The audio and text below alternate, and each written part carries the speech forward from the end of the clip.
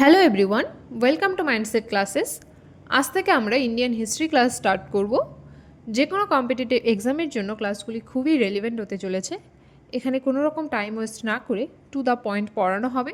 কয়েকটি topic complete হওয়ার পর সেসব থেকে পিওয়াই কিউ সলভ করানো হবে। তাহলে তোমরা বুঝতে পারবে ক্লাসগুলি এক্সামের জন্য কতটা রেলিভেন্ট। ইভেন যারা অলরেডি প্রিপারেশন স্টার্ট করেছো এবং পিওয়াই কিউস দেখেছো তারা বুঝতে পারবে। চলো স্টার্ট করা যাক। হিস্ট্রি হলো অতীতের কাহিনী। হিস্ট্রি শব্দটি এসেছে গ্রিক শব্দ হিস্টোরিয়া থেকে। হিস্ট্রিকে তিনটি পার্টে ভাগ করা যায়: প্রি হিস্ট্রি, প্রোটো হিস্ট্রি এবং হিস্ট্রি। প্রি হিস্ট্রি হলো রাইটিং ইনভেনশনের আগের সময়কালের ইতিহাস। উদাহরণস্বরূপ আমরা স্টোন এজের কথা বলতে পারি। Second, proto history. Proto history হলো প্রি হিস্ট্রি এবং হিস্ট্রির মিডিলের টাইম পিরিয়ড। এই সময় রাইটিং ডেভেলপ হয়নি, কিন্তু কন্টেম্পোরারি কোনো সিভিলাইজেশনের ইতিহাসে এই সভ্যতার কথা উল্লেখ আছে। উদাহরণস্বরূপ আমরা হরপ্পান সিভিলাইজেশনের কথা বলতে পারি। মেসোপটেমিয়ান সিভিলাইজেশনে অনেক জায়গায় হরপ্পান সিভিলাইজেশনের কথা উল্লেখ আছে বা লিখিত আছে। থার্ড, হিস্ট্রি হলো রাইটিং ইনভেনশনের পরের সময়ের কাহিনী। এখন আমরা হিস্ট্রির সোর্সগুলো দেখব, অর্থাৎ যেসব জিনিস থেকে আমরা হিস্ট্রি সম্পর্কে জানতে পারি। হিস্ট্রি সম্পর্কে আমরা দু ধরনের জিনিস থেকে জানতে পারি। একটা হচ্ছে লিটারেরি সোর্স আর একটা হচ্ছে নন লিটারেরি সোর্স। লিটারেরি সোর্সকে আবার দুটি ভাগে ভাগ করা যায়: রিলিজিয়াস সোর্সেস এবং সেকুলার সোর্সেস। প্রথমে আমরা রিলিজিয়াস সোর্সেস দেখে নেব। রিলিজিয়াস সোর্সের মধ্যে প্রথমেই যেটা আসে সেটা হলো 4টে বেদ: ঋক, সাম, যজুর এবং অথর্ব। এখানে একটা জিনিস খুবই ইম্পর্টেন্ট, কোন বেদ কী বিষয়ে ডিল করে। ঋগ্বেদ প্রেয়ার্স নিয়ে ডিল করে, সামবেদ মিউজিক নিয়ে ডিল করে, যজুর্বেদ বিভিন্ন ধরনের রিচুয়াল নিয়ে ডিল করে এবং অথর্ববেদ ম্যাজিক নিয়ে ডিল করে। এসব অনেকবার পরীক্ষায় এসেছে কোন বেদ কী বিষয়ে ডিল করে, তো এটা ভালো করে দেখবে। নেক্সট, উপনিষদ। উপনিষদকে বেদান্তও বলা হয়।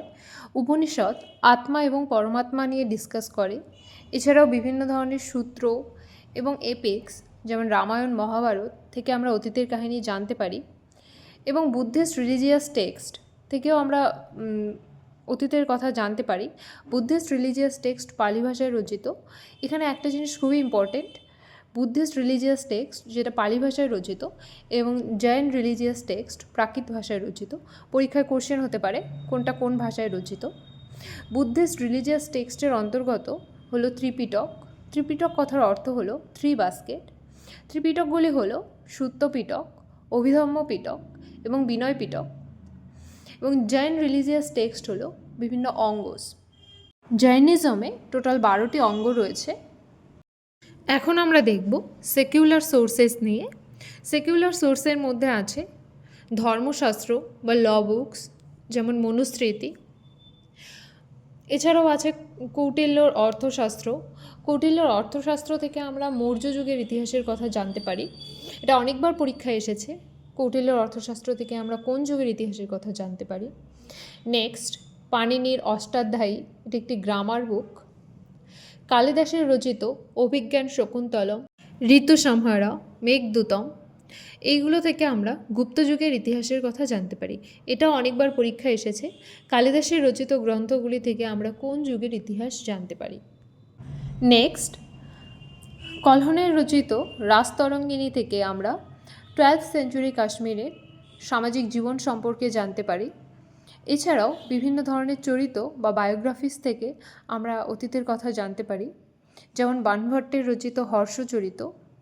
বাণভট্ট ছিলেন রাজা হর্ষবর্ধনের কোর্ট পোয়েট এবং তিনি হর্ষবর্ধনকে নিয়ে লিখেছিলেন হর্ষচরিত। এছাড়াও রয়েছে সাঙ্গাম লিটারেচার, যেমন শিল্পাদিকারাম, মানিমেকালি এক্সেট্রা। এখন আমরা নন লিটারেরি সোর্সগুলো দেখে নেব। নন লিটারেরি সোর্সের মধ্যে প্রথমেই আছে বিভিন্ন ধরনের ইনস্ক্রিপশন বা প্রশস্তিস, কয়েন্স। কয়েন্সের জায়গায় দুটো জিনিস খুবই ইম্পর্টেন্ট, সেটা হলো ভারতে প্রথম কয়েন কী ছিল, সেটা হচ্ছে 5 মার্ক কয়েন। এবং সেকেন্ড হলো ইন্ডিয়াতে গোল্ড কয়েন কারা ইন্ট্রোডিউস করেছে, আনসার হবে ইন্দো গ্রিকস। নেক্সট, বিভিন্ন ধরনের আর্কিওলজি থেকে আমরা জানতে পারি এবং ফরেন ট্রাভেলারদের বর্ণনা থেকে আমরা জানতে পারি ইতিহাসের কথা। ফর এক্সাম্পল, ইন্ডিকা গ্রন্থটি লিখেছেন মেগাস্থেনিস। তিনি একজন গ্রিক অ্যাম্বাসেডর। মেগাস্থেনিসের লেখা ইন্ডিকা থেকে আমরা মৌর্য যুগের সোসাইটি এবং অ্যাডমিনিস্ট্রেশন সম্পর্কে জানতে পারি। এছাড়াও বিভিন্ন বুদ্ধিস্ট ট্রাভেলার যেমন ফাহিয়েন, যিনি 500 শতাব্দীতে ইন্ডিয়াতে এসেছিলেন, তার লেখা থেকে আমরা গুপ্ত যুগের ইতিহাস সম্পর্কে জানতে পারি। এবং হিউয়েন সাং, যিনি 700 শতাব্দীতে ইন্ডিয়াতে এসেছিলেন হর্ষবর্ধনের সময়কালে, তার লেখা থেকে আমরা নালন্দা ইউনিভার্সিটি এবং কিং হর্ষবর্ধনের ব্যাপারে অনেক কিছু জানতে পারি। পরীক্ষায় কোশ্চেন হয় হিউয়েন সাংয়ের লেখা থেকে আমরা কার কথা জানতে পারি বা কিসের কথা জানতে পারি? নালন্দা ইউনিভার্সিটি আর হর্ষবর্ধন। এটা মনে রাখবে। আশা করি ক্লাসটি করে তোমরা বুঝতে পেরেছো ক্লাসটি পরীক্ষার জন্য কতটা রেলিভেন্ট এবং টু দ্য পয়েন্ট। যদি ক্লাসটি ভালো লেগে থাকে তাহলে চ্যানেলটিকে সাবস্ক্রাইব করে দিও এবং ভিডিওটিকে লাইক করে দিও। This is all for today. Bye bye.